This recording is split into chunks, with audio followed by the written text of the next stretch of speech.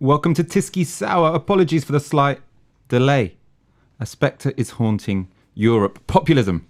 A moralising populism which pitches a pure people against a corrupt elite and which, according to The Guardian, is winning the support of 1 in 4 European voters. But is populism a meaningful label for politicians and parties? Can something which lumps together Sanders and Trump, Marine Le Pen and Pablo Iglesias be anything other than centrists lashing out to dismiss all alternatives to their long-held rule? To debate populism, I'm delighted to be joined by Paul Lewis, Associate Editor at The Guardian, who is leading the populism series at The Guardian, and our very own Aaron Bastani. Thank you for both joining me. It's good to be here. Paul, explain first of all, why did The Guardian decide to launch a new populism series? Well, I can sort of tell you why I was getting engaged in the subject, and I pitched it to The Guardian's editor, and Kath Fine, and she was sort of receptive to the idea. I mean, I've spent the last 5 years in the United States, first in Washington, D.C., and then in San Francisco. But a lot of it was covering politics and obviously covering the seismic, political events of 2016.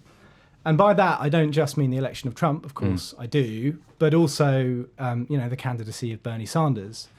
And I think both of those were events that, sort of almost goes without saying, very few people saw coming.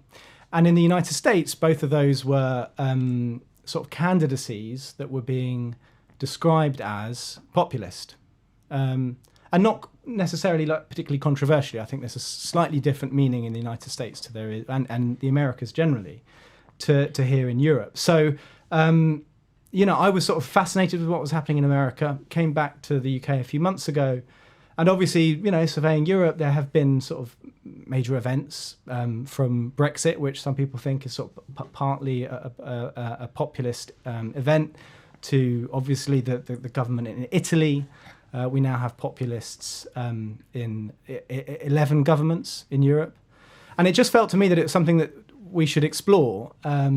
And then the difficult question is, well, sort of what is it? Because you look at the way in which the word is used, particularly in the media across Europe. And it struck me, and most of the people I spoke to when I was thinking about getting this project up and running said, it's just conflated with nativism and authoritarianism and right-wing politics. And that's just, I don't think, an accurate way of using the term. So we then had the decision of is this too messy, too complicated a thing to get involved in, or do we, as I advocated, sort of take the more ambitious route and think, although this is complicated and it's difficult, although the word itself is very slippery, although it's being routinely misused, we as journalists have an obligation to try to bring some precision and do our best to try to understand what this word is, what it means, what populist movements exist out there in the world, and why they are on the rise if that turns out to be the case. And you're primarily like an investigative journalist, right? So I was, yeah. You were? Yeah. So I suppose I'm only leading to the question anyway. No, sure. So the question is, from the last couple of months, what are the key things you've learned? Have you learned anything that surprised you? Well, I think the learning process is ongoing. So this, I should have said, is a series that we've now launched. We launched a couple of weeks ago, and it will keep going for probably about 6 months. I think we'll end around the European parliamentary elections in May 2019. So there's a lot more learning to do. One of the really difficult challenges right in the beginning, it's an empirical challenge, is how do you measure populism? And there are sort of different ways of doing that. They're all flawed, as all sort of methodological approaches are. And I think we'll be trying a bit of all of them. Some of them is you try to survey populations. You look for populist attitudes, and we'll be doing some of that. There's also more like discourse analysis, looking at the speech and the linguistics, really forensically analysing the speeches that different politicians use. And then you can also look at parties. I mean, particularly if you want to measure the extent to which populism is on the increase or stationary or on the decline. And I think everybody sort of took it as a given that populism was on the rise. You hear that phrase a lot.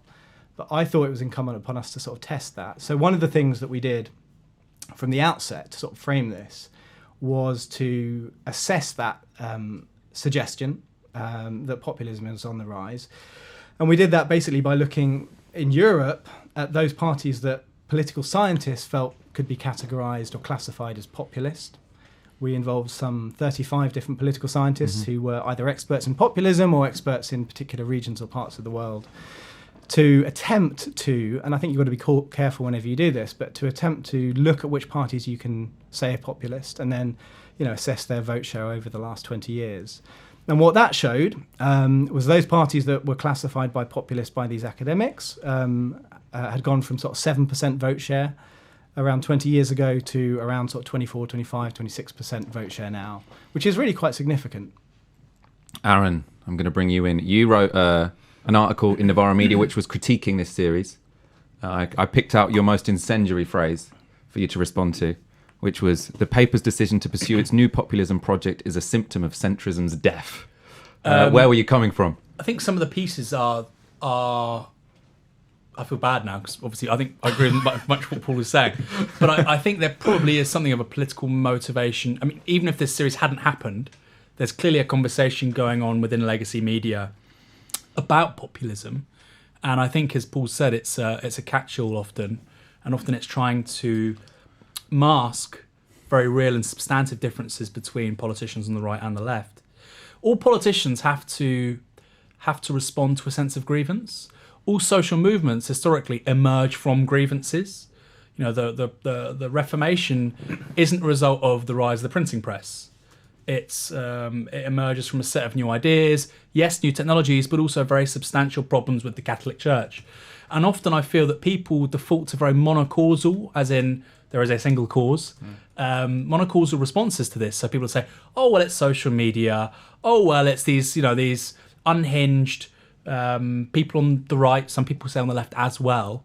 And I think what the series initially missed, I'm thinking really of the Cass Muda piece, because he's a political scientist, is because the journalist can say ultimately what they want. They're a journalist, but a political scientist has to be intensely data driven. They can be boring, but they have to be driven by the data, right?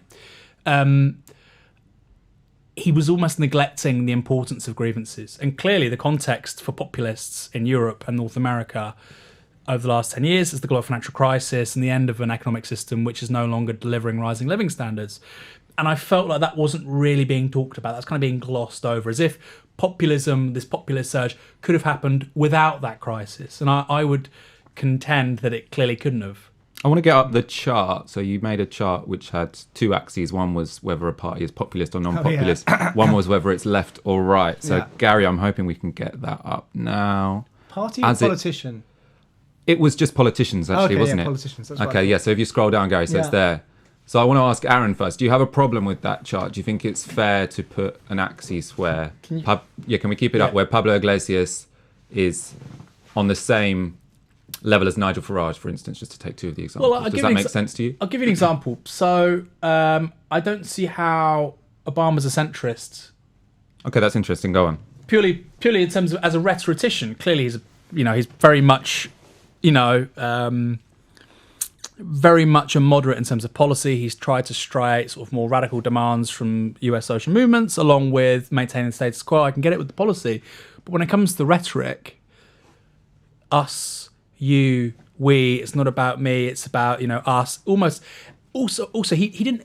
His candidacy wasn't about Barack Obama. He was saying, I literally personify a unique opportunity in the history of the American Republic. He was almost trying to imbricate himself within the popular consciousness of American history. And if that's not a populist register, he wasn't saying, I'm gonna increase taxes by one cent above 40% and do this and that and very boring.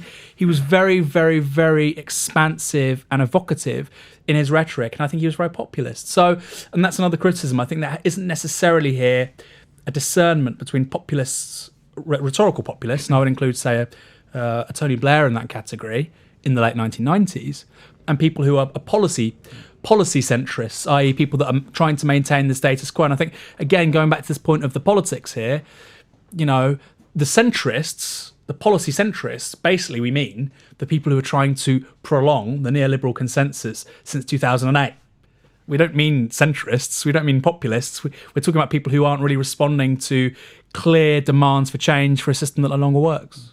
So for you, what makes Sanders a populist but Obama not one? Well, I don't think... I think to claim that Obama and Blair were populists, I think that's quite a controversial point, actually.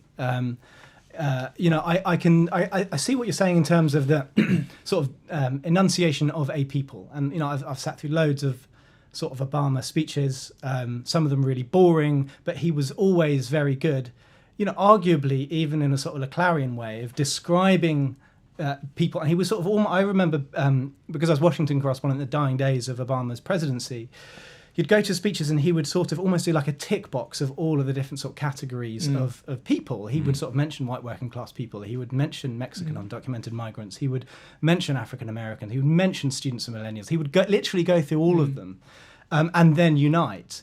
But I think that's not enough to be populist. I think a key element of populist discourse is anti-elitism. And I think that's sort of that's a relatively accepted component of populism. And I don't see that in Obama's rhetoric. I never saw him as an anti-elitism. I never saw him blaming the political establishment or the financial establishment for society's problems. And I actually don't think Blair did that either. So, I mean, I'm not saying that it's an invalid point, but I would say that neither Obama nor Blair. I mean, I've even heard people sort of say Macron is a populist. I sort of think if we're into the territory of saying that Macron, Blair, and Obama are populists, then I think maybe the term is useless because then it's just bizarre. But let me just say one thing quickly on the chart. There's sort of an interesting thing we did there, I think, and I was really interested in the reaction. Basically, what lots of populism scholars tell you is populist attitudes are actually really widespread. And, because of the conflation of populism and the nativist and authoritarian right, particularly in Europe, people really don't like the term populist, and we know usually it's used as a term of disparagement, but actually lots of people have populist views. Do you want to just give an example of some of those? What counts as a populist view? Well, a populist view usually would be, it's people-centrism, it's anti-elitism, and it's believing in a sort of singular popular will. So we talked to some political scientists who do survey attitudes and said, can you build us a quiz that in as few questions as possible, because if you ask too many questions on quizzes, no one answers them. In a few questions as possible, we'd be able to chart how sort of populist people were.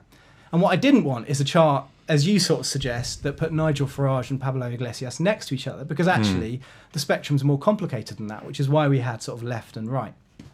So in terms of plotting those politicians, everyone I saw, there was sort of mini social media memes saying, how on earth could The Guardian plot X politician here? Yeah. The way we did that was to ask experts in those politicians to answer the survey questions as if they were that politician, which I thought was a sort of fairer, more valid way of doing it than me just sort of plotting someone on a map.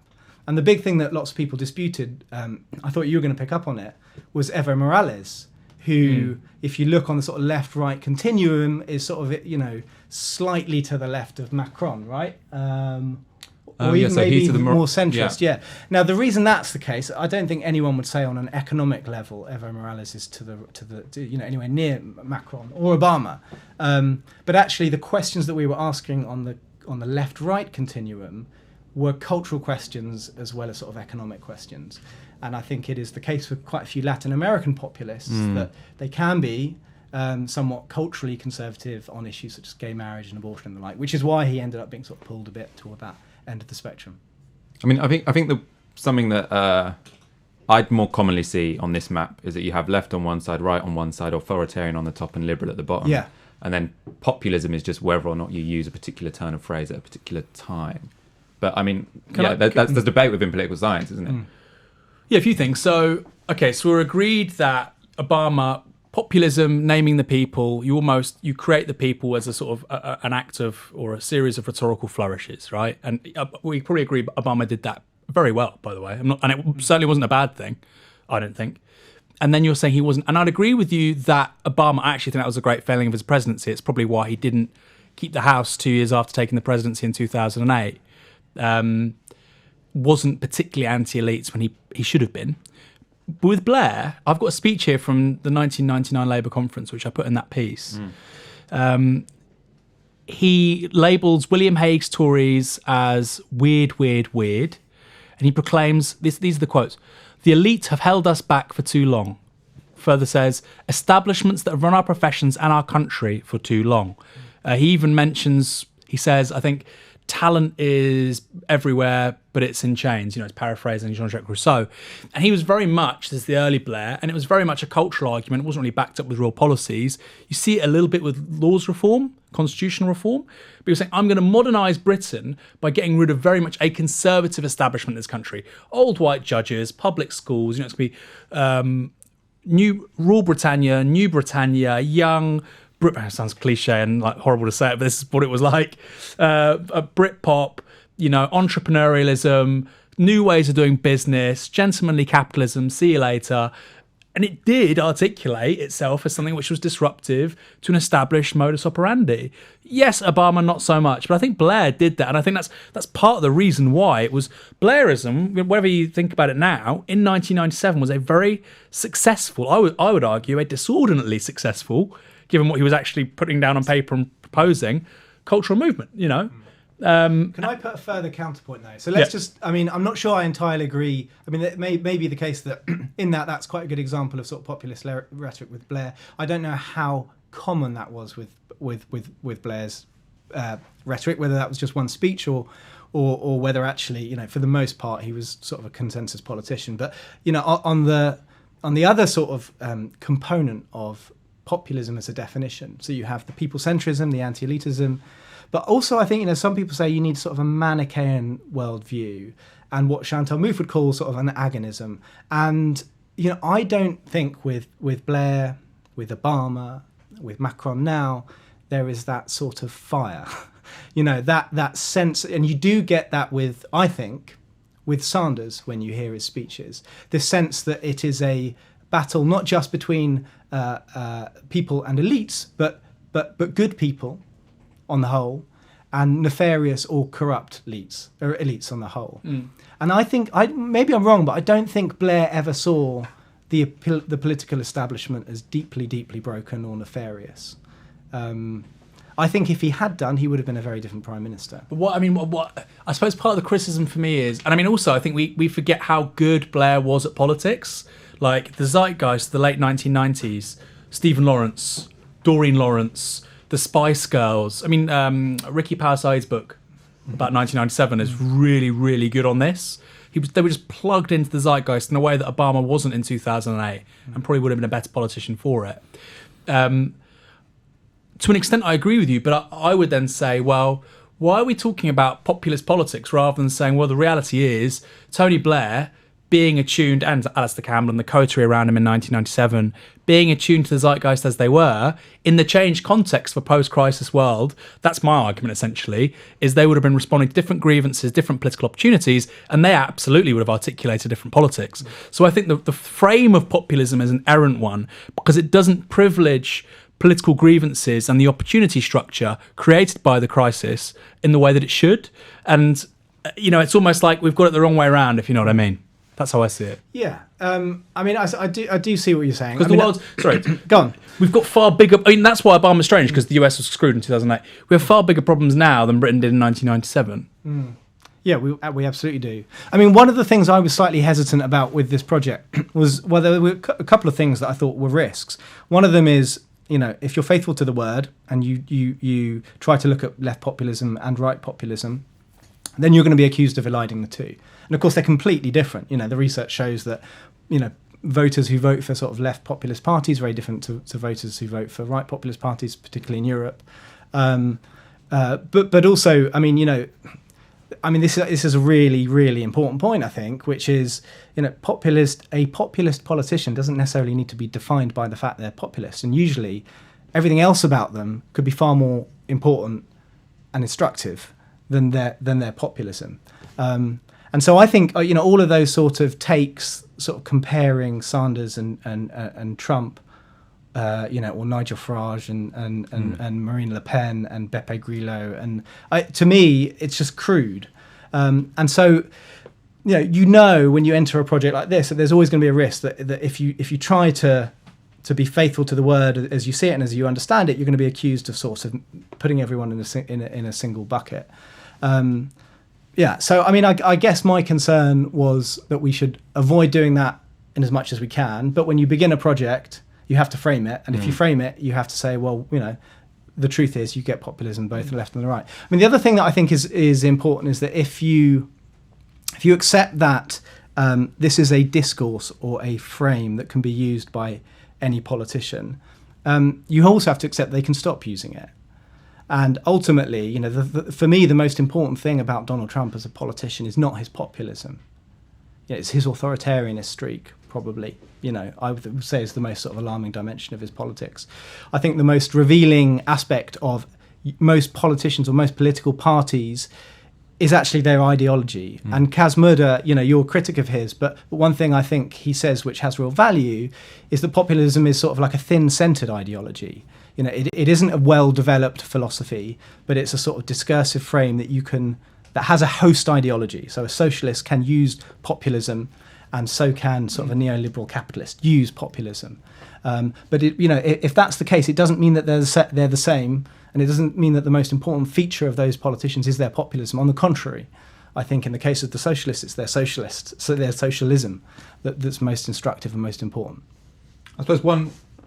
I think we should move on from definitions soon. Yeah. But one thing that I'd have a concern about in terms of like putting it on that spectrum, I don't mean a concern like I don't think this is terribly offensive to the left. I mean, I'm into left populism, but is if populism is just negatively defined, so it's just being against the status quo. Yeah. So and that means that the status quo gets to call itself something other than the status quo because we're non-populist, they're populist. But if populist just means critiquing the status quo. And if you're going to critique the status quo, it makes sense that you'd invoke elites that are screwing you over. I mean, who else is going to be screwing you over if you're not in favour of the status quo? So, I mean, I think it can... why the definition could potentially not be helpful is if it's just a negative.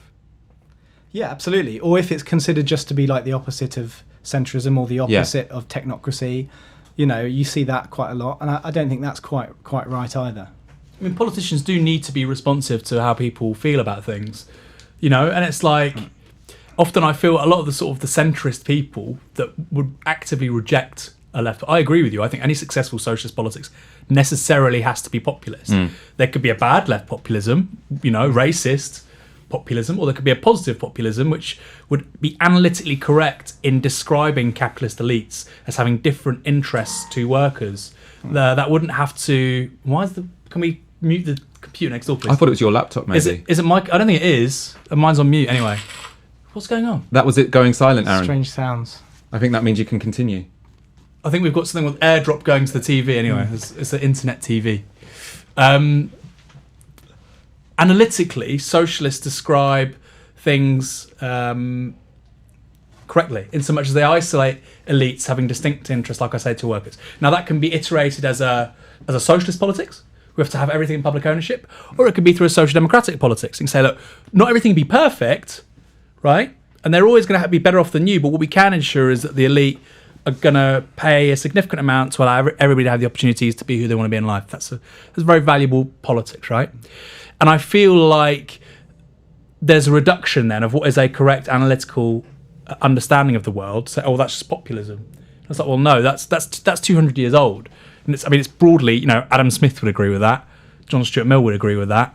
You know, it's not particularly contentious. And I'm sort of the Julian Morms of the world. I don't mean to get personal, but he literally would say that on Twitter, right? Well, he says, I won't debate with populists. Yeah, and that's very... I'm not saying he's but there's a good core of your readership, or sort of Lib Dem, Labour, Tory floating voters who feel that way, right?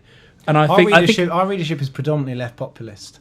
I can tell you that because we polled them. 500,000 people took that quiz. Yeah. And that's amazing. Yeah, the data must have is crazy, right? 60% of them came out in the quadrant that was Evo Morales, Pablo Iglesias, Bernie Sanders, in the left populist quadrant. Let's go on to the concrete. You just spent a couple of months with Steve Bannon. Yes. The world's most famous right-wing populist after Donald Trump, Yeah. probably. What did you learn? Did you get a grasp of what makes right-wing populists tick? Oh, well, that's a difficult question to answer. I mean, I think I got a bit of a sense of more of what makes him as a person tick, although that's a difficult question in itself. I'll go with that, though. That's interesting.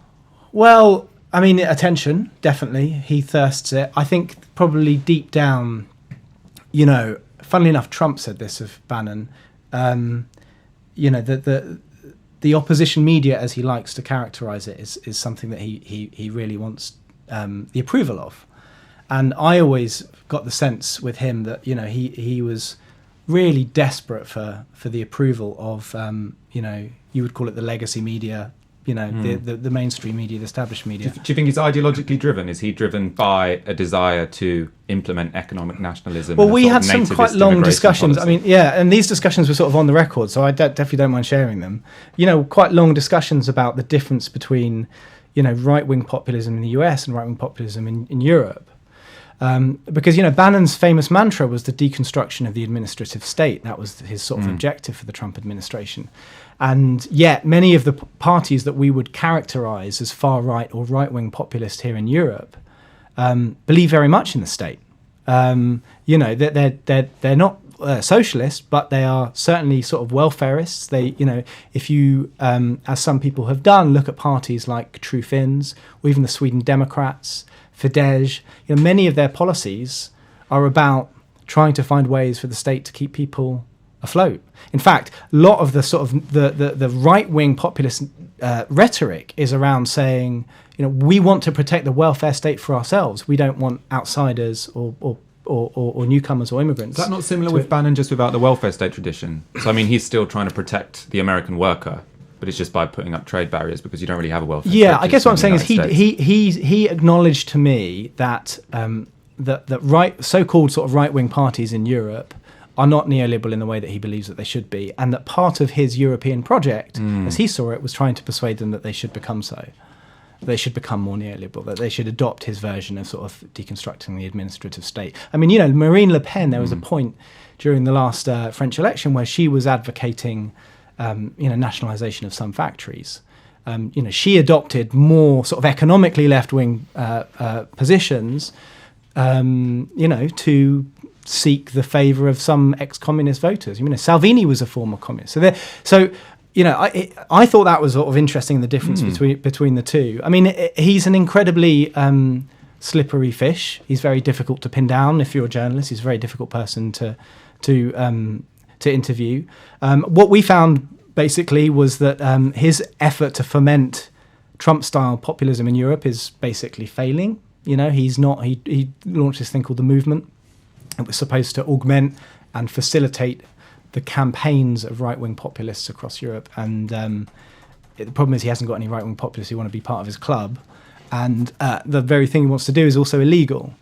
And you know, it was with some caution that we... Illegal because in most countries electoral law doesn't allow foreigners to give donations either financially or in kind. You said that even more concisely than I was going to say. Yeah, sorry, you got it exactly right. Yeah, you got it exactly right. Yeah. So basically, you know, laws that prevent you from making in-kind contributions to another country, basically preventing foreign interference. Yeah, I mean, you know, it was when we began the process, we did so in the knowledge that we may not publish anything at all. You know, I had a conversation with my editor and said, I think when you're covering the far right, you've got to be really careful. Obviously, you don't want to give them undue oxygen or publicity. And so this is going to take some resource for me. You're going to have to send me to different places. And if I don't feel that the sort of public interest is warranted in publishing a story, then we're not going to do it because we've got giddy with the access of Steve Bannon. And I think in the end, we got to a place where we felt that we did actually have quite a strong story. And we sort of released a documentary that people can see on the website, and, you know, a series of stories too. The documentary is interesting. I mean, one of the things it made me think is how it connects to another story that's been run quite heavily in The Guardian and The Observer recently, which is the Carol Cadwalader one about Trump, Putin, Brexit. This idea that there's kind of an international right-wing populist, almost conspiracy, but, you know, very networked, and they're succeeding in each place because they're connected. And I felt from your video, what your video showed is that in terms of Steve Bannon attempting to sort of network all these right-wing populist movements, what happened eventually is he went and asked these right-wing populist parties, and they said, we don't need you wouldn't add any value. Yeah, which is exactly what I feel is the case with sort of Brexit and Putin. I don't get what Putin would add value to. So I mean, I don't know how you see your uncovering really of the irrelevance of Steve Bannon as being a challenge to some let's say, angles or sort of positions taken by the liberal left, which is right-wing populism, is basically an international conspiracy. Yeah.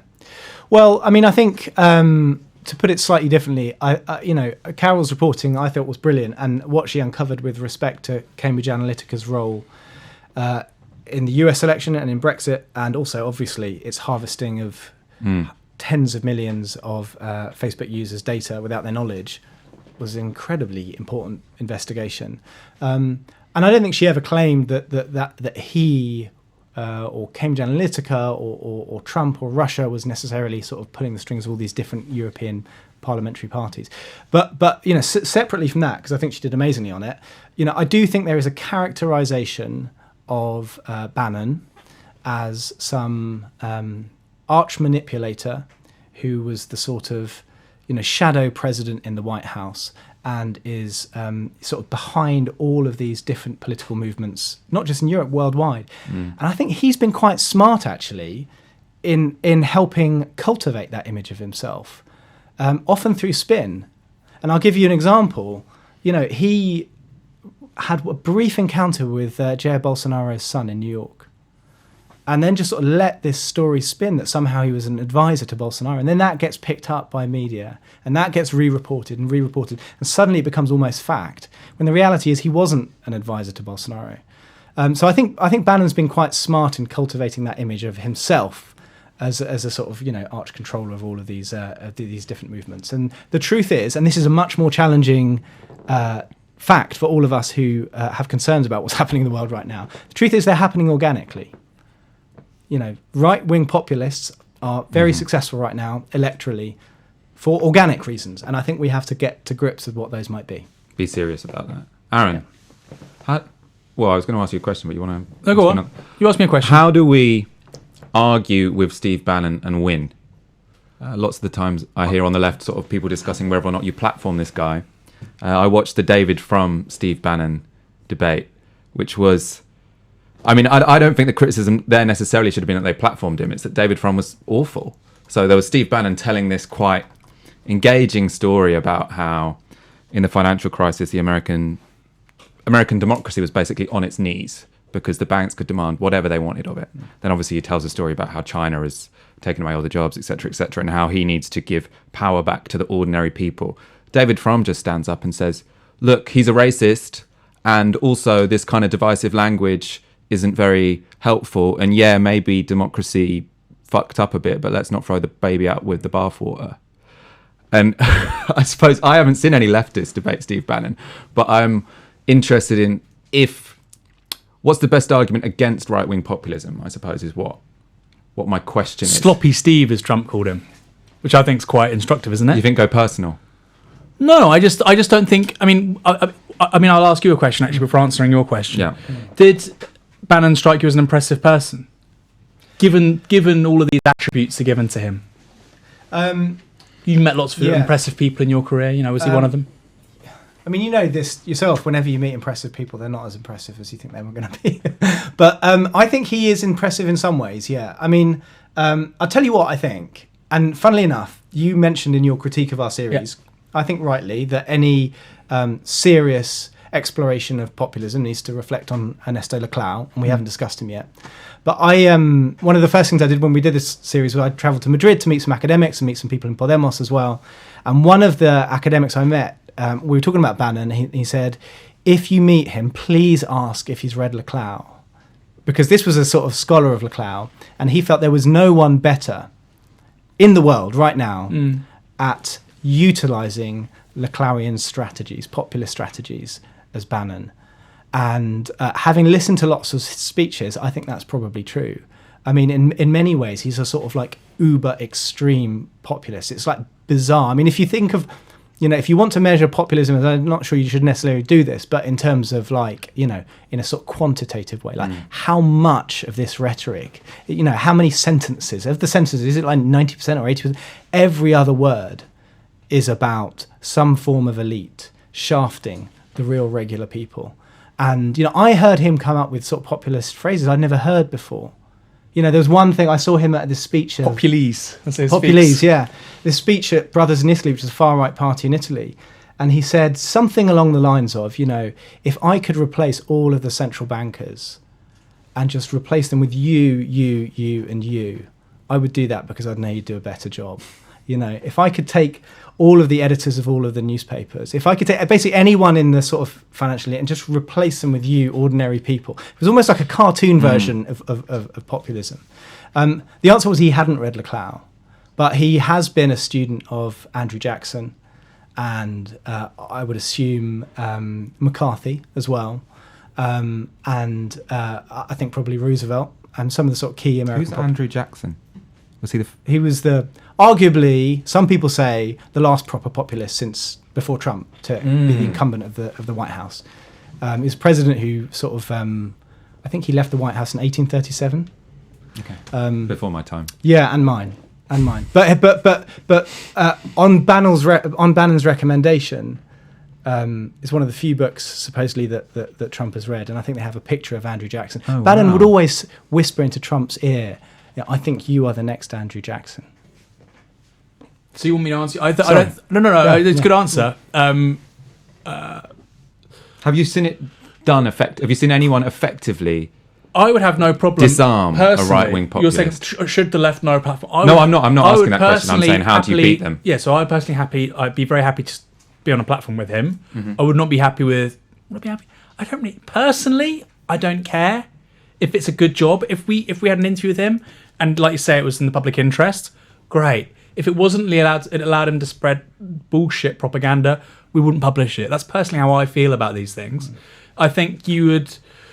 Yeah, I think an informed leftist trying to make arguments that appeal to the sort of common sense would slaughter him.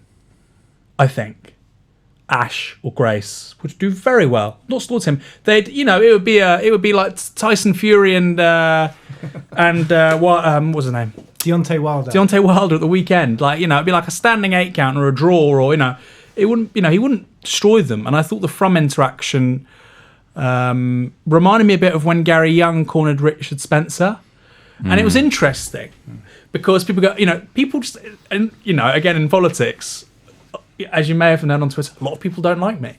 A lot of people like you, and often you'll say something. The people that want to agree with you agree with you. The people that don't want to agree with you won't agree with you. Almost irrelevant of the content. That's obviously not good. And it felt like the reaction to Gary Young saying something, well, people on the left go, this is brilliant, this is how you destroy him. I personally thought it was quite a weak argument, just saying to somebody, but you're a racist. And then people on the right was like, that's not an argument. And I saw a similar thing recently with the Helen Lewis interview with Jordan Peterson. I personally thought she made him look really stupid. But then I saw it being shared on Facebook, and it's like, Jordan Peterson destroys feminism in like 20 seconds. And it had like 6 million views. So obviously, that's not the final say on it. So it's a bit of a difficult one. But I would agree with you that the last thing you want is a sort of David Frum. He's not a progressive, of course, he was in the Bush administration, but sort of enlightened patrician liberal. Try and make these appeals to technocratic common sense with somebody like Bannon, because it's only going to fail. So when he appears on these panels at The Economist or whatever, yes, he's probably going to win, isn't he? Because he's used to trench warfare. He's used to no rules fighting, and these people are all they're all friends. And again, it's kind of populist rhetoric, but they are. David Frum wrote the speech, the famous sort of George W. Bush speech in 2003, was it? They are all friends. They are people that send their kids to the same schools, drink at the same places, know each other's husbands and wives. And Bannon doesn't really respect that. That's my impression anyway, of the sort of DC Capitol Hill elite. So, yeah, unless it's somebody who's willing to play by his rules, absolutely not worth it. I don't actually know what your politics are about. From an objective journalistic level, do you think the liberal centre can win an argument against right-wing populism? Do you think it can beat right-wing populism, or are you getting ever more convinced that only left-wing populism can defeat the rise of the far right? I mean, I think it's a good question, but depending on how you're answering it, there's slightly different. Depending on how you're asking it, there's slightly different answers. So, win an argument is one thing, win voters is another. Both of you, I heard in that exchange, use this phrase "destroyed." And I've noticed in this sort of new social media era, there's this new phraseology, somewhat problematic, because in the past, on these videos that you would find interviews might be enlightening, and some people might make some good points and other people less so, but you end up sort of somewhat more educated as a result of it. It doesn't necessarily mean one person wins, another person loses. But isn't the point that Bannon doesn't want to play by those rules? That's what you have to do. He doesn't play by those rules, no. But my role in it was always very different because I wasn't trying to, I deliberately didn't try to do this, which is trying to convince him that he was wrong. Yeah. For me, it was much more about holding him to account when he lied. Yeah. Or told sort of a mistruth, or just obfuscated. I mean, I'm not because that clearly wasn't your job in that video. Yeah. I'm not saying why didn't you destroy Steve Bannon? You can do it, but also he's very rehearsed at all of this. Yeah. You get the sense he almost enjoys it. But I think your question about is the only answer to right wing populism, left wing populism. That's what Chantal Mouffe would argue. I honestly don't know. But I do think it's definitely the case that, and this is just a personal view, but that those political movements that you see at the moment that have most momentum and most energy and most excitement and you sort of believe have the greatest future on the left have populist elements in them. I mean, I think that's sort of indisputable. And I think there's a pretty solid chance that the next Democratic nominee for president is someone who will be widely described as a sort of left populist. Do you think Sanders would beat Trump? Well, it's a controversial view, but I think he definitely would have in 2016. Because of those three states, because of Michigan, Pennsylvania and Wisconsin? For a few reasons. I mean, if you look at why Clinton lost, and she lost for lots of reasons, right? And you said before at the beginning of the conversation, like we shouldn't just think of these things in sort of like overly sort of simplified ways. These are sort of really complicated questions. But basically, she failed to get sort of the millennial younger vote interested or out, and she lost. This wasn't the only reason Trump won, but she lost sort of white working class, historically democratic voters. And she also failed to get the sort of African American minority vote out in the way it had been for Obama's two previous campaigns. Now, I don't think that Sanders necessarily would have done much on the third, but I do think he would have been very significant. His candidacy would have been much more effective for getting young millennial voters out and for, I hate to use the term, but sort of white working class voters out in those key states where Clinton lost. So yeah, I mean, I think he. I mean, look, I sort of, for the 4 months leading up to that election, I was travelling around like all of the swing states, and it was so clear that there was something deeply wrong with the Democratic campaign. And prior to that, it was also clear that Sanders had sort of lit a flame. There's something in Obama's famous sort of, like the phrase of like audacity of hope. I think there's something in audacity these days in politics. There was probably something audacious about Corbyn's bid for the Labour leadership. There was something audacious about Sanders seeking to be a Democratic candidate for the White House. There's a lot of audacity in politics right now, and I think people find it appealing. And I think we have to sort of ask ourselves why that is. And I think those politicians that don't have an element of audacity to their sort of mission have something lacking. I think the Bernie Sanders sort of activists put it really well, and they say that working class people, middle class people now in the US, I think in this country as well, recognise that the challenges are absolutely huge, and so they're only really willing to engage with politicians on an emotional basis if they are willing to accept the scale of those problems and also, analogously, offer really significant solutions.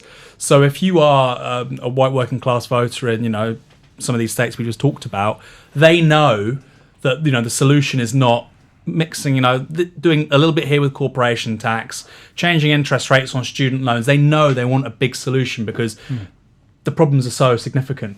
And again, is that a populist thing? No, that's just responding to really profound problems in the economy which we didn't have 10 years ago. And so I probably don't disagree with. I don't really disagree with anything Paul said at all. But I just feel like this rhetoric and this discourse around populism can be mobilised by centrists because they don't want to talk about what's driving all of this, which is the fact that our economic model, particularly more so even than the US, has really not recovered at all in the last 10 years. In the US, Trump said, everybody's going, Trump full of fake news, full of bullshit. On the campaign trail, he repeatedly said 40 million Americans use food stamps. Absolutely 100% correct. Before 2008, it was around 26, 27 million. Under Obama, it went to like 42, 43 million, and it started going down again during the election. I mean, obviously, Trump didn't mention that, but 40 million Americans who can't access basic food through, a market mechanism is a problem. And that's a very good reason why people like Sanders and Trump all of a sudden really resonate. It's because there's been a profound transformation in people's lived experiences. And I'm not just saying this because Paul's here. I've always thought he's an excellent journalist, but there are clearly people in the establishment in this country, and I don't mean The Guardian, I don't mean the Tories, I mean literally all of them, the Labour Party, who have quite a strong material interest in things trying to stay as similar as possible to how they already are, whether it's council tax, whether it's corporation tax, whether it's labour regulations, whether it's foreign policy, whether it's arms sales. And I feel like this discourse around populism just kind of melts that all down into a sort of mush. And is it analytically that helpful? I don't know. I'm going to go to audience questions in one moment. First, I want to put out or sort of bring up a critique of the populist style that Jamie Bartlett wrote in The Guardian, I think this week. So his argument was that because populism sort of celebrates conflict, it's sort of the argument of left-wing populists and right-wing populists is that there's no point in trying to find consensus. We need a struggle, we need a battle. And he says that this has translated onto social media, or rather that the way that social media encourages people to use it means that left-wing populists and right-wing populists have been advantaged. I'll just read a quote. So he said, then there's the view that, again, usually other people are trapped in echo chambers of the like-minded. But online we are surrounded by people with whom we disagree too. Rather than listening, however, we ignore, denigrate, or find the worst version of our opponent's position and take it to be typical. When was the last time you changed your mind after discussing something online? Probably never. Who said that? Jamie Bartlett? That's Jamie Bartlett. That's just not true. I mean, probably today. So the question is, do left-wing and right-wing populists seek out conflict on purpose because they know it sells? And does that have a corrosive effect on political discourse? I mean, what he was saying something in that piece, I've actually got it in the notes here, so let me get this up. He said something about ad revenue from these new clickbait social media sites to get, as many views and eyeballs as possible. It's like, the exact same model holds for print tabloids and their front pages, has done for 40 years. So what's so new about that? Freddie Starr ate my hamster, or people in the Strange Ways prison riot castrating prison guards. By the way, that wasn't true. Hillsborough. So what's new about that? If he wants a quality, I think there is something new about it. If he wants to say quantitatively, it's much bigger. Fine, but he doesn't say that in the piece. He's saying it's qualitatively new, which I think that's a mischaracterization actually of the politics we had before, and it's quite nostalgic. I think it's not correct. Yeah, no, I think I don't disagree that the sort of attention economy has existed for a very long time, and very similar processes that incentivize certain kinds of behaviour on social media have also incentivized certain kinds of behaviour in the mainstream media. That's the tabloid press. On the other hand, I think one difference is, we're all editors now. And so we are being cognitively habituated into a certain way of thinking by social media. And the extent to which it has a relationship with populism, I don't know. I think it's a really interesting question worth exploring. There are some populists who are exceptionally good at social media. Matteo Salvini would be a very good example of that. On the other hand, there are others that just basically don't use it. So I think the answer is probably quite complicated. But I do think it's sort of incumbent on all of us. When I used to be a massive evangelist of social media, and I've started using it a lot less because I just think it can be quite toxic. I think it can encourage conflict over agreement and dialogue. One of the reasons I wanted to come on this podcast was because I thought, I sort of looked briefly at my Twitter feed. And I just thought it's far better to engage in people who may have disagreements, who may think we've got it slightly wrong in a context like this, than sort of limited to 140 characters. But not just 140 characters. What bugs me about the sort of the algorithmic priorities is they're not mine and they're not yours. These are not a set of sort of value systems that we've agreed upon. These are corporate values. They are the values of Silicon Valley companies that have a financial incentive to nudge and create a sort of type of behaviour. Now that is often sensationalist. It can often be impulsive. I think it probably prioritises conflict.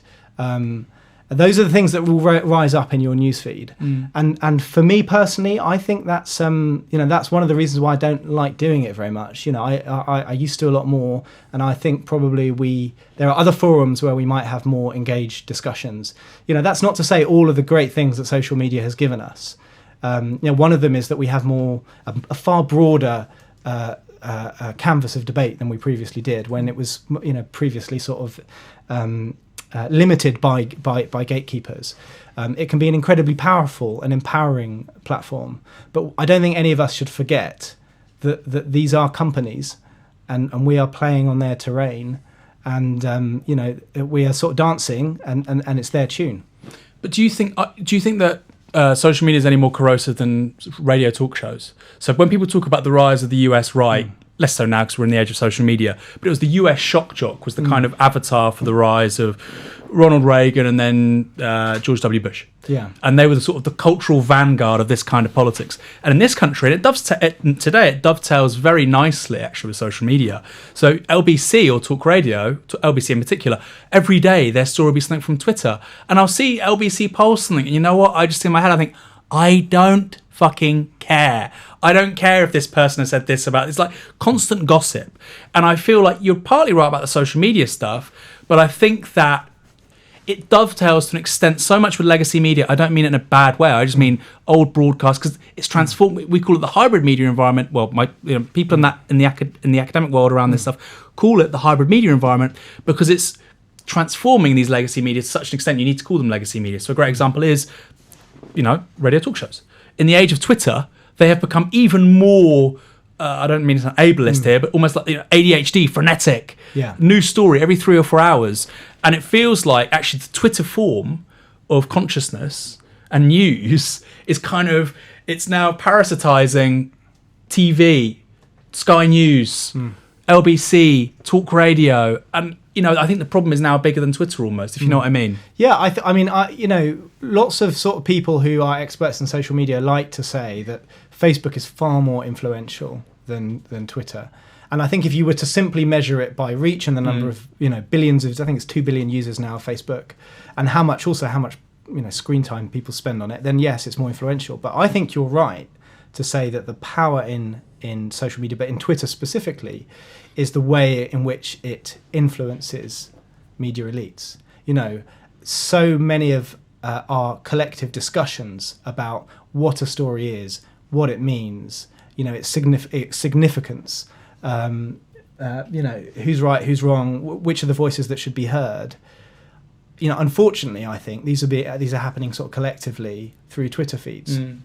I think journalists probably use Twitter more than anyone else, and I think that's probably not a good thing.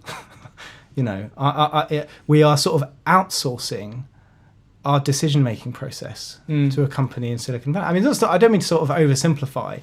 And journalists will always have sort of conversations among themselves. But the fact that we are now doing it through this prism that algorithmically sorts our information according to its own interests rather than our own interests, I think is problematic. And also, for those of us who are sort of constantly glued to social media and think it's incredibly useful, do those people think that those companies will always act in the interests of the public, or will there come a time when they will defend their own interests? Genuinely, there was a point maybe a year and a bit ago when in the US there was genuine talk, and it might return, of sort of breaking up Facebook. I think there's a good chance that the next presidential debate in the US, that will be sort of one of the questions. Should the big tech companies be broken up? Are we telling ourselves that those companies that have that degree of power will not utilize it if the threat to their existence or the threat is existential for them? I think they probably would. I think that's really alarming. I mean, I think there are two different questions. Can Facebook abuse their power? Absolutely, they 100% can. Does the way that Twitter structures political discourse Is that really down to the algorithms? I think that's overstated. I think it is when you give people a like button and a retweet button, that's kind of how politics ends up happening. And I suppose I feel like what that article was getting at is the point that I do think it is the case that on Twitter, it's often taken as a given that people that disagree with you are disagreeing with you out of bad faith, not out of, so that compromise is not going to be possible. So you do have teams. And I think that can potentially create hubris. But it maybe is a good political strategy. And then you have a weird tension there because you're like, the left want to do what Trump did, but from the left, which I think is completely legitimate. You want a winning strategy. And if your winning strategy is somewhat, if it has some negative consequences within that strategy, which is sort of like hubristic, polarized debate, then great example fuck it, you go with it. Great example is the dementia tax. tax. It's a tension. Great example is the dementia tax, right? Yeah. Which was cooked up. I think Andrew Fisher, advisor to Corbyn, was one of the first people to say, fuck it, dementia tax. And actually, if you were a sort of very technocratic progressive, you'd say, well, we do have a problem with chronic ageing. It's not going to go away. And we have to have a conversation. And that's what you can imagine. Counterfactual. Rachel Reeves was the Labour leader. She would have said, well, I don't agree with this, but, we do have to have a conversation about how to fund elderly care, yada, yada, yada. And the dementia tax frame was clearly a very populist frame. But look, if you're going to start treating people differently because of age-related conditions like dementia to people who are treated for cancer, be populist as you like. You know what I mean? And I think, was it Petrarch who says this? It's better to... I don't believe this, by the way. I'll probably get ripped by Red Raw and they'll say, it's better to will the good than speak the truth.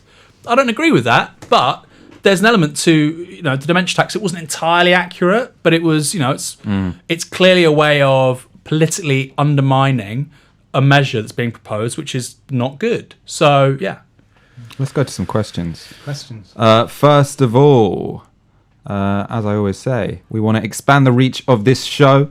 We have 550 watching live. That's not bad, but it should go up. So please share this video. We've got competitions, that's why. Like the video because that means more people see it, and keep commenting. We love to read them. Also, this show is only possible. This channel is only possible because of your support. So please, if you are able to, go to support.novaramedia.com. As you know, we ask our committed viewers to donate to us the equivalent of 1 hour's wage a month so we can continue working around the clock. Also, we have a party this Friday. So if you are based in London, I can't remember the venue, but it will come up in the comments in a second. It's at the Rocksteady this Friday. It costs £10. It'll be well worth it. They do Patron coffee tequila. Ooh, delicious. I was very pleasantly surprised to see that there last time. Right, what am I going to go for?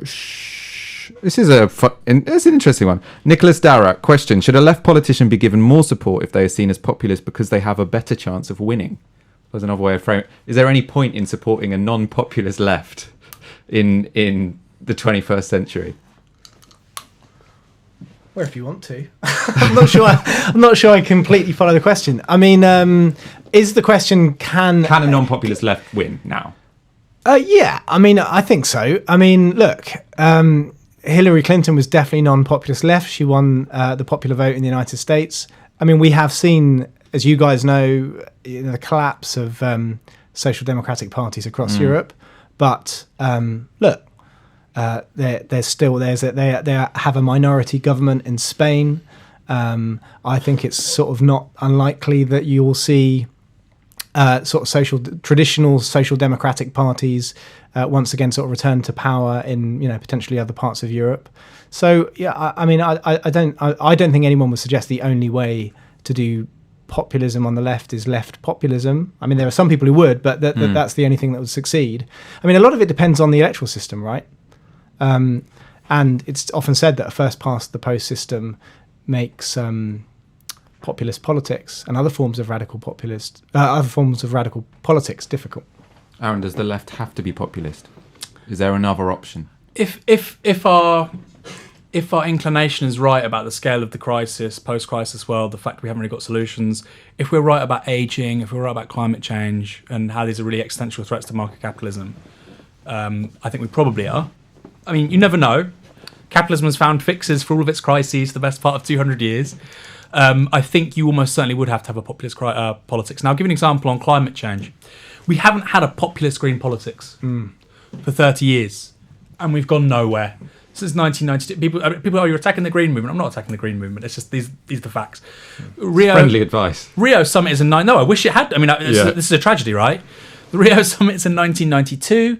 The biggest increase in carbon emissions globally, 2008, 9, 10, 11. So, there's good period of time there where really not much changed.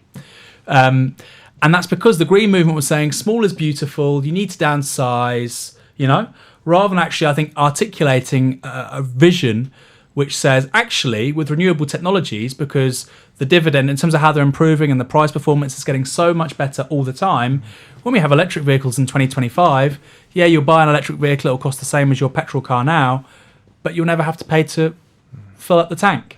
And what are those protests about right now in France? It's about the price of petroleum. It's very much a sort of quotidian working class grievance. Yeah. So that's the kind of politics the Green Movement should be articulating. And they should be saying, well, look, as a Green, I want you to not pay a penny to fill up your tank. And I don't hear it.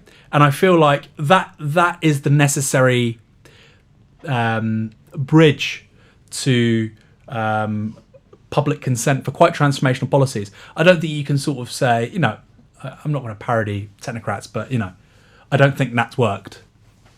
From Soweto Kinch, is racism the only meaningful distinction between left-wing and right-wing populism? I don't think so, no. I mean, I think there are many distinctions between the two. But it's often said that, right-wing populists are sort of exclusionary in their definition of the people, and left-wing populists, by definition, are sort of inclusionary in their definition of the people. But I think that's just one characteristic. I mean, the reality is what really differentiates right-wing populists and left-wing populists is their political ideology. There's so much that distinguishes, Marine Le Pen from Jean-Luc Mélenchon. This is an enormous amount. And like I said, sort of at the beginning, I think what's really important to remember is just because both use populist discourse doesn't mean that they're the same or should be compared or that they're equivalent in any way. Where else are their policies different? Like, what's the difference between Marine Le Pen's economic policy and Mélenchon's?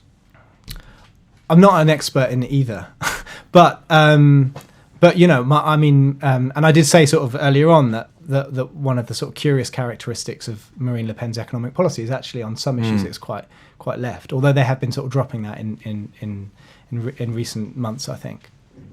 I think that would be an interesting, because the other answer is to say that right-wing populists are authoritarian and left-wing populists are radically democratic, but I think sometimes that's over-egged. I lived in Spain for a year and followed Podemos very closely, and everyone in Britain thought that they were going to do this radical kind of democratic transformation, and these circles meant that it was a non-hierarchical grassroots movement. And I was like, this is the least democratic party I've witnessed. It's less democratic than the Labour Party because you have circles that don't have any power whatsoever, and then you get Pablo Iglesias' decisions rubber stamped online. So that online process wasn't democratic. Well, it was democratic, but it was a particular kind of, it was be called plebiscitary democracy, but it wasn't in any way horizontal, and it actually gave the centre of the party a lot more power than, say, the leader of the Labour Party has, also in terms of choosing the party list. So I've always been a bit sceptical of the claim that left-wing populism is radically democratic. I normally think it's effective at winning on a left-wing platform, as opposed to sort of really telling us anything else about democracy. I don't know if you disagree with that. You've obviously been talking to left populists. Yeah, no, I don't. I think you know a lot more about this than I do. I do think. Five Star Movement and Podemos are both quite very different beasts. But I think both of their experiments in digital technology are really interesting, and there might be lessons in them for other sort of more mainstream parties. If what you're saying about the sort of lack of democracy in those online plebiscites and stuff is true, it's formally democratic. Yeah. There's a vote and it's not rigged. Yeah. How sort of analog it still is, right? It is. I think bizarre that we've gone through this technological revolution and there isn't more democracy in the day-to-day decisions that governments make. That we're still doing sort of ballot papers every 5 years, and that's why I'm quite interested in what both Podemos and Five Star have done. As not necessarily to endorse the sort of upshot or outcome of both of those approaches, but I do think they're interesting. There was a demand. The People's Charter was annual parliaments. When people think, charters and we got everything we wanted, well, one of them was annual parliaments. Would you want annual parliaments? Don't know. Maybe not for both chambers. If we had two chambers, maybe. I don't know. Probably not. And they have biannual. It's biannual. Which one's every 2 years and which one's twice a year? If you have fixed terms, probably not. Congress is every 2 years. It's almost there. Are the SNP populist? I would have them down as sort of progressive neoliberals. Oh, interesting. Who've used the frame of because we have in this country with first past the post, it's very difficult to break through, as we've all said. There's sort of two of the outliers for that are Ireland in the early 20th century and then Scotland more recently, because you have a sort of geographically clustered political formation that would invariably be related to some form of regionalism or nationalism. But yeah, I'd have them down as progressive neoliberals. Maybe that's bad. I'm sure I've been attacked by the left of the SNP, and that's not true, but then the party leadership doesn't reflect that. So I said the second half of Nai Passaran was boring, and loads of people got really angry on Twitter. So when people in London dismiss anything to do with Scottish leftism, it's very much frowned upon, probably legitimately. Would you say the SNP are populists? I don't know. Do you know, we haven't asked the academics who... Actually, did we ask them? I know they categorise Sinn Féin as populist. You haven't said Corbyn is populist. That's an interesting question. No, why haven't no. you? Why have you missed him out? Well, I mean, our categorisations were for parties rather than politicians, and I think the view was that the Labour Party, as it stands, is not a populist party in the way that sort of Podemos is, for example. I think there's a sort of really interesting debate to be had about whether or not Corbyn is populist. I mean, I've been away for 5 years, so I know less about this than you guys do. I mean, I've read some interesting stuff by an academic called Luke March at Edinburgh University, who does sort of the discourse analysis, and he says, Corbyn is at best a sort of half populist. I don't know. I mean, I think it's difficult. I mean, I think, one of the questions that the people who try to measure this ask themselves is how consistently do people use this discourse? And there's a guy called Kirk Hawkins who has developed this methodology of providing a sort of populist score on discourse, so 0 to 2. And he basically analyses speeches, right? And his sort of methodology is to do one campaign speech, one foreign policy speech, I think one domestic issue speech, and one what he calls sort of a ribbon cutting speech. And that's because in his observation, and he usually studies Latin American populism, like true populist all the time. So it doesn't matter if you're just opening a school, it's going to seep into your rhetoric because you sort of believe it so much. And I would question whether Corbyn sort of falls into that category. But what do you guys think? Because you know more about that than me. I'd love him to be, but I don't think he is. I think at his best he is. So I'd say naturally, I don't think he ever really imagined himself trying to win the majority of a nation, which I think is sort of like almost the essential driver of a populist, is that you want to win a majority. Yeah. And I think that's quite new to him as an objective. I do think that when he does use populism, it goes very well because there's a huge demand for radical change in Britain. I just think he's quite normal. And the two, like for instance, the Pringle moment when they go, yeah, he's holding up the Pringle. That wasn't like an affected political moment. Yeah. It was just the normal, relatively normal person who's quite disinhibited, doesn't really care what people think about him. Yeah. I mean, I'd say his strategy is populist, and especially when you compare him to Ed Miliband. So, I mean, we forget what politics was like in 2015. I remember going to loads of like seminars where we're like, it'd be really good if the left could find a name for the enemy, because Podemos had La Casta or whatever. And everyone's sort of like sitting around, what should we call them? What should we call them? And it's like, Corbyn went for the really obvious, like the establishment. Yeah. It stuck. It worked. Like Ed Miliband would never, ever name who the enemy was. Corbyn does it all the time. And so the difference between Corbyn's strategy and Ed Miliband's strategy is if JP Morgan say they're going to move out of Britain if Corbyn comes to power because he'll do XYZ policy, Corbyn will make a video on Facebook that says, damn right you will. Yeah. You're going to have to play by my rules if I get into power. Whereas Ed Miliband wouldn't have done that at all. I mean, the one social media video that everyone remembers from Ed Miliband is when he's asked about 5 different times whether or not he supported the teachers' strike. And he'd say, I think the strikes are an unfortunate event and everyone should get back around the table, and it's terrible that people's school days are being disrupted. And then they asked him again, and he said the same thing over and over again. It's the kind of thing you wouldn't get from Corbyn because he's not hedging his bets. So I'd say he's a populist. Or I'd say it's a populist political campaign. I'm not so fussed about... I agree. If you listen to him talk for an hour and you listen to Steve Bannon talk for an hour, Steve Bannon's going to be much more consistently populist in his turn of phrase. But I think the strategy is a populist one. Yeah, I think it's difficult for left populists in the UK because, as we know, we are much more accepting of class differences than other countries are. And, if you're left populist, then your critique of the elites embedded in that is likely to become some critique of class differences. Whereas, and so that's sort of something about Britain and British culture. Whereas UKIP's populism, the elites were in Europe. And I think there's a segment of the British population that was far more comfortable with that rhetorical flourish because the elites were both foreign and above at the same time. So I've got a question for you, actually, just as someone who works within sort of like the liberal establishment to some degree. So there's often a debate that's had on the left about whether we as the left should be allying with centrists against right-wing populists, or whether the establishment, when push comes to shove, would prefer to see right-wing populists in power than the far left.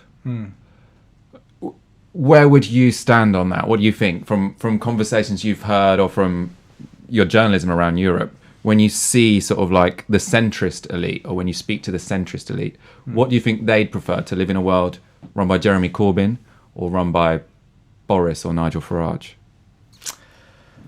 That's a good question. I mean, Paul Mason wrote a comment piece for us the other day and basically said centrists are going to have to decide whether they're with the sort of right-wing populists or the left-wing populists. Well, he also says that the left should be courting centrists, because he's saying it's going to be essential to your survival that you get these almost swing voters on side. Yeah.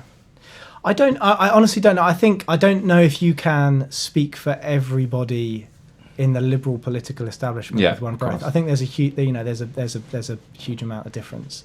And it also depends on who you're talking about in terms of your sort of left populist or your right populist, so to speak. There was a piece in the FT, wasn't there, where it was like, actually, AMLO is a bigger the new Mexican president is a bigger threat to the status quo than Bolsonaro in Brazil, because there's more checks and balances in Brazil. And I was just like, A, it's tone deaf. I mean, B, maybe it's correct, I don't know. Like, I was always quite reticent about what Trump could do, because there are just so many checks and balances in the US system. It's a republic. It's existed 250 years. It'll probably survive Donald Trump, But yeah, that made me think when I read that, and I was like, oh, you can imagine a comment piece, in The Guardian, it's a very, there are, that's not a criticism of The Guardian, there's just no other liberal newspapers in this country, saying, well, actually, Boris wouldn't be such a bad prime minister because because he would only have a majority of 10, and we have a parliamentary democracy, and they'd hold his feet to the fire. And those kinds of contortions, the left and the right generally don't do them. I think because people who define themselves as moderate inherently try to rationalise bad situations as being something which they're not. And so the comment piece you'd get about Boris is that at least Boris doesn't have moral certainty. So say the terrifying thing about Corbynistas is that they have such confidence in their moral upstandingness that they're the real threat, whereas Boris at least has the modesty to admit he doesn't have a fucking clue. And this is real authoritarianism, Animal Farm, all this nonsense. Do you think there's some truth to that? Do you think we should look at any left populist projects and feel like, they did have a bit too much? Stalin or Chavez? Well, I was thinking, Stalin's kind of... Would you call him a populist? Maybe. The Great Patriotic War, Father of the Nation. Oof, it's getting tenuous now, isn't it? You have to be democratic to be a populist, though, I think. There you go. All right. That was the smackdown at the end. You have to be democratic to be a populist. Let's draw this to a close. Thank you so much for coming in, Paul. Thanks for having me. I've enjoyed it. Yeah, cheers. It was very good. Aaron, always a pleasure. Thank you. It was great conversation. Thank you. As ever, please like this video. Please share it. Keep your comments up. And please go to support.novaramedia.com. Thank you if you already have. You are what makes this possible. This was Tisky Sour. We are Novara Media. See you same time, same place next week.